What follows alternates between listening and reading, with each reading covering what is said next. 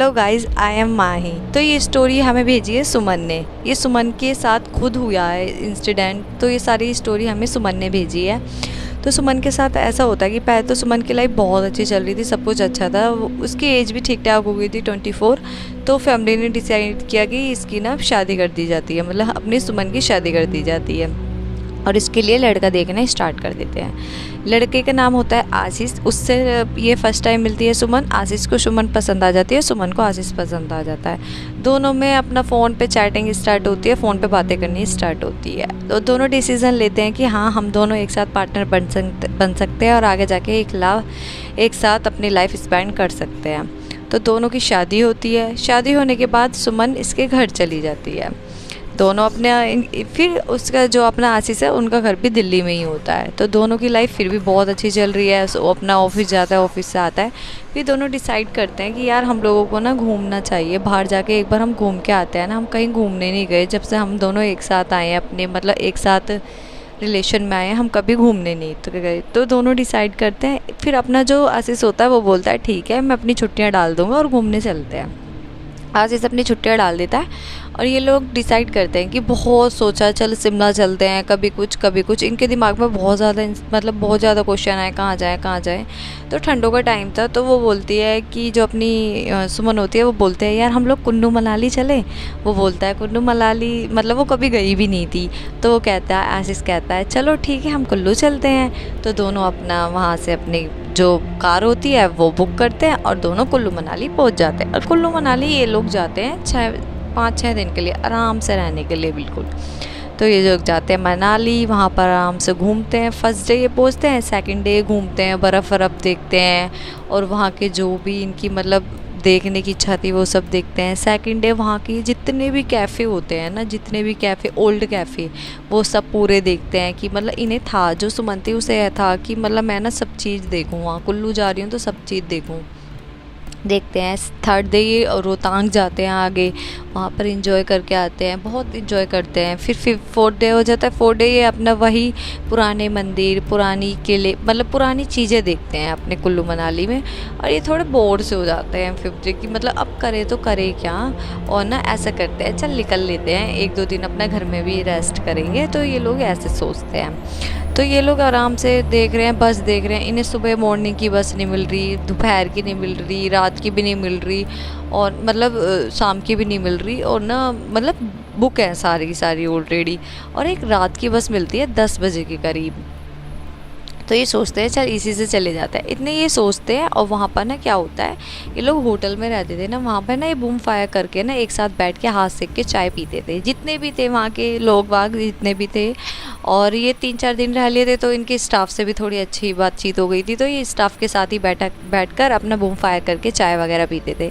तो ये लोग ना स्टाफ के साथ बैठे थे और स्टाफ से ही ऐसी बातें कर रहे थे। तो स्टाफ ना जब पहाड़ों में बैठे हों और भूतों की बात ना हो, ऐसे कैसे हो सकता है। तो जो स्टाफ था सारा वो ना भूतों की बातें बता रहा था कि यार यहाँ पे ना पता क्या होता है, रोकते हैं वहाँ पर, रोक के ना हमें ना मतलब ऐसा हो जाता है। और एक आदमी वहाँ पर मर गया था, वहाँ पर ना एक बार ना वो हो गया था, ऐसे करके बहुत सारी चीज़ें, कोई कुछ बता रहा था, कोई कुछ बता रहा था।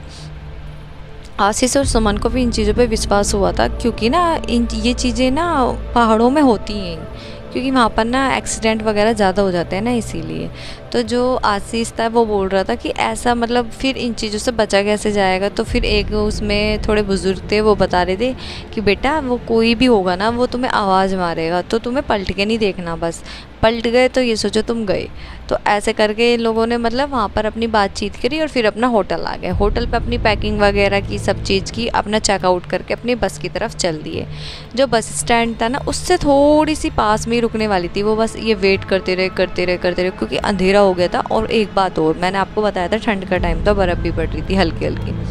तो इनकी ना बस आ जाती है और बस आने के बाद ये लोग बस में चढ़ जाते हैं। और बस में चढ़ने के बाद ये शॉक्ड हो जाते हैं बिल्कुल, बहुत ज़्यादा।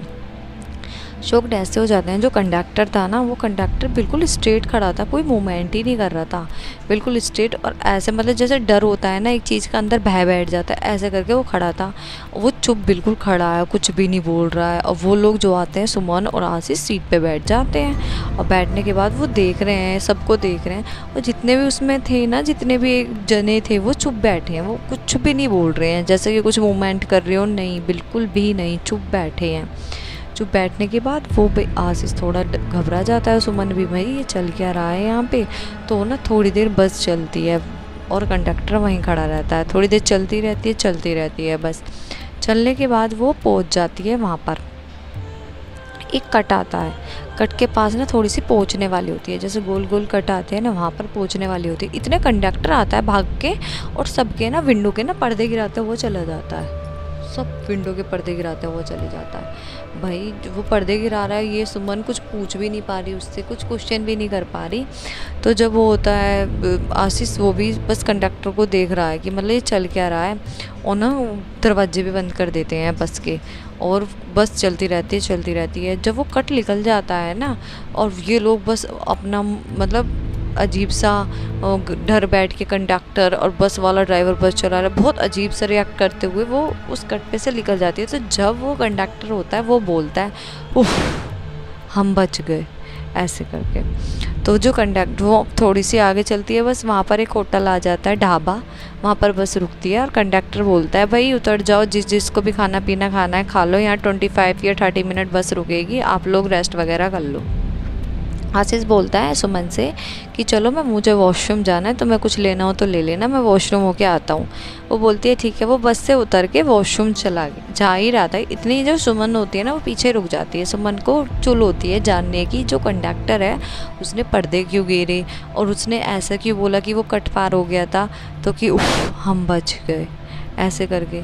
तो वो रुक जाती है, और वो ना अपना आशीष बोल के उसको चला जाता है कि मैं वॉशरूम जा रहा हूँ। तो अब जो अपना सुमन होती है ना, सुमन उससे पूछने चली जाती है कंडक्टर से कि सर आपने ऐसे क्यों बोला था, और आप ऐसे घबराए हुए क्यों थे। जो कंडक्टर होता है वो बताता है कि जो वो कट है ना, वहाँ पे ना एक टाइम ना बस रुकी थी, बस ना एक्सीडेंट हो गया था, और वहाँ पर ना 20 से 25 जनों की ना डेथ हो गई थी, और उस बस में आग भी लग गई थी, कोई आग से जल के मर गए थे, तो कोई गिर के मर गए थे खाई में। तो वो बहुत बुरा सीन हुआ था। जब से वहाँ पे ना ऐसी चीज़ें दिखती रहती है, तो 5-6 जने कभी झुंड में दिखते हैं, कभी 2 इंसान अकेले दिखते हैं, तो कभी कोई बस रोकता हुआ दिखता है।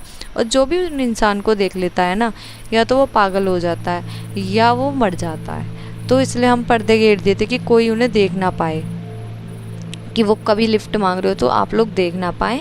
और मतलब और सेकंड, आप जैसे कि लिफ्ट मांग रहे हैं या 5-6 जने हमें झुंड में दिख गए या उनकी आवाज़ें आ गई, तो मतलब आप लोगों के ख़त्म भी हो सकते हो। तो इसलिए हम लोग ना जब भी रात में वहाँ से निकलते हैं ना, तो हम लोग ना वहाँ के पर्दे घेर ही देते हैं। और हम लोग रात की बस कम चलाते हैं इसीलिए, और दिन में ऐसा कुछ नहीं होता है, सिर्फ रात में ही होता है यहाँ पे। ऐसा करके उस कंडक्टर ने सुमन को बताया। इतने क्या होता है कि आशीष ना भागा भागा आ जाता है, जो वहाँ वो होता है ढाबा, उसके पीछे से बहुत भागा भागा आ रहा है और रोता हुआ आ रहा है, बहुत घबराया हुआ रोता हुआ आ जा। सुमन भी बहुत घबरा जाती है, उसको पानी वगैरह पिलाती, आशीष क्या हुआ आशीष क्या हुआ, ऐसे करके सुमन बोलती है। और जो आशीष होता है वो बोलता है सुमन कुछ हुआ है। वो बहुत घबरा जाता है सुमन। इतनी वहाँ भीड़ इकट्ठी हो जाती है, जितने भी उसमें ड्राइवर वगैरह थे या होटल के थे जने थे, जितने अपनी गाड़ी उस बस में बैठे थे, सब इकट्ठे हो जाते हैं और आशीष को ना हौसला देने लगते हैं और पूछने लगते हैं कि क्या हुआ। जब वो आशीष होता है वो बताता है कि पता है क्या हुआ, मैं सुमन को बोल के गया वो वॉशरूम की, और मैं वॉशरूम जा ही रहा था, इतने में वॉशरूम के अंदर एक मतलब ऑलरेडी एक इंसान था।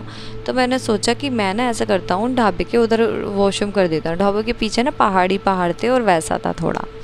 तो वो ये सोचता है कि मैं वहाँ वॉशरूम करने चला जाता हूँ।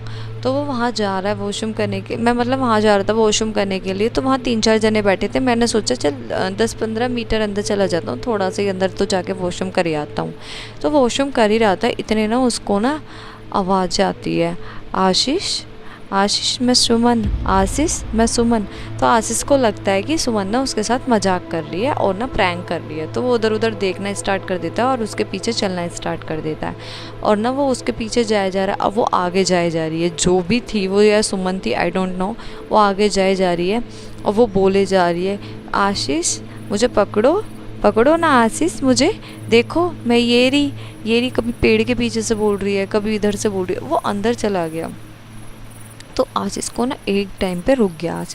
आशीष सोचने लगा क्या पता ये मेरा वहम हो, ऐसा भी हो सकता है ये मेरा वहम हो, क्योंकि सुमन यहाँ आ ही नहीं सकती। वो एकदम रुक जाता है और तुरंत वो आवाज़ आती है, आशीष तुम क्यों रुक गए, आओ ना मुझे पकड़ो, आशीष देखो मैं कहाँ हूँ, ऐसे करके। तो वो जो आशीष होता है ना वो तुरंत पलट जाता है और ना वो बस एक ही चीज़ बोलता है कि मतलब वो अपने मन में सोचता है कि सुमन होगी तो मेरे पास आ ही जाएगी, इतना बड़ा प्रैंक नहीं करेगी वो मेरे साथ, उसने कभी मेरे साथ ऐसी चीज़ें तो की नहीं है जो आज करेगी। तो वो ना बहुत घबरा जाता है, वो समझ जाता है कुछ तो गड़बड़ है, वो भागना स्टार्ट कर देता है। और जब वो भाग रहा है ना तो उसे एहसास हो रहा है कि उसके पीछे कोई और भी भाग रहा है। वो भागे जा रहा है और एक सेकंड बाद जब वो भाग रहा है ना, इतने ही अंदर नहीं गया था वो ढाबे से कि उसको ना जब क्लियर ढाबा दिख रहा था। और जब वो भाग रहा था ना तो उसे ढाबा ही हाथ में नहीं आ रहा था, वो भागे ही जा रहा है, सिर्फ भागे जा रहा है। जैसे कि हमें सुमन ने बताया वो सिर्फ भागे ही जा रहा है। तो सुमन मतलब वो भाग रहा है और वो पीछे से आवाज़ आए जा रही है और वो ना सिर्फ उसको ना एकदम से एक झलक सी दिखती है। वो ना अपना मतलब फ़ोन को ऐसे करके एक झलक सी दिखती है उसको फ़ोन को जब ऐसे करता है कि एक पीछे लेडी खड़ी है और बिल्कुल जल रही है, बिल्कुल मतलब उसका ब्लैक पूरा फेस हो रहा है जला हुआ और उसे मतलब उसके कपड़े भी हल्के हल्के जले से हैं। वो बहुत घबरा जाता है और भागता रहता है। उसको फिर भी वो ढाबा हाथ नहीं आता, वो रोना स्टार्ट कर देता है। फिर ना वो चालीसा पढ़नी स्टार्ट कर देता है, हनुमान चालीसा, जय हनुमान ज्ञान गुण सागर, जय हनुमान ज्ञान गुण। जब वो पढ़ता रहता है, भागता रहता है, उसको ढाबा दिखना स्टार्ट हो जाता है और वो भागता रोता जब जाके ढाबे के पास आता है तो वो सारी चीज़ जब वहाँ के लोगों को और जो बस में जितने भी थे सबको बता रहा था और सुमन को बता रहा था, सब बोलने लगे हाँ ऐसी चीज़ें यहाँ पर होती हैं। जो बस ड्राइवर थे वहाँ जितने भी होटल के जने थे कि ऐसी चीज़ें यहाँ होती हैं। यहाँ पर ना एक एक्सीडेंट हो गया था, उसमें ना बस जल गई थी, आधे लोग बस में, मतलब ऐसे करके अपने आशीष को भी ये सारी सिचुएशन बताते हैं। और आशीष सुमन अपने घर पहुँच जाते हैं। घर में जाके ये लोग अपने फैमिली मेम्बर को भी ये चीज़ बताते हैं, मम्मी पापा चाचा चाची सबको ये चीज़ बताते हैं। और ना जो अपना आशीष होता है ना उसको रातों में नींद ही नहीं आ रही हो, सिर्फ वो ही दिख रहा है सुमन, मतलब उसको ऐसे लग रहा है कि वो लेडी दिख रही है उसको हर जगह। वो बहुत मतलब उसको 5-6 दिन हो जाते हैं, नींद ही नहीं आती है। फिर फैमिली डिसीज़न लेती है कि इसको ना मंदिर में पूजा पाठ कराई जाएगी। मंदिर ले जाते हैं, पूजा पाठ कराते हैं, तंत्रों मंत्रों से उसका धागा बनवाते हैं, हाथ पे कलावा बंधवाते हैं, सब चीज़ करवाते हैं जितना उनके मतलब हाथ में था, सब चीज़ कराते हैं। धीरे धीरे मतलब 1 साल 2 साल बाद वो चीज़ों को भूलने लगा और उसके बाद उसकी सिचुएशन ठीक हुई। नहीं तो उसको ना ऐसी चीज़ें ना ऑलरेडी दिखती रहती थी और ऐसी चीज़ें पहाड़ों में होती भी हैं। आप लोगों को क्या लगता है कि पहाड़ों में क्या क्या होता होगा? आप लोग कमेंट करके ज़रूर बताना और मेरे चैनल को सब्सक्राइब करना। Thank you.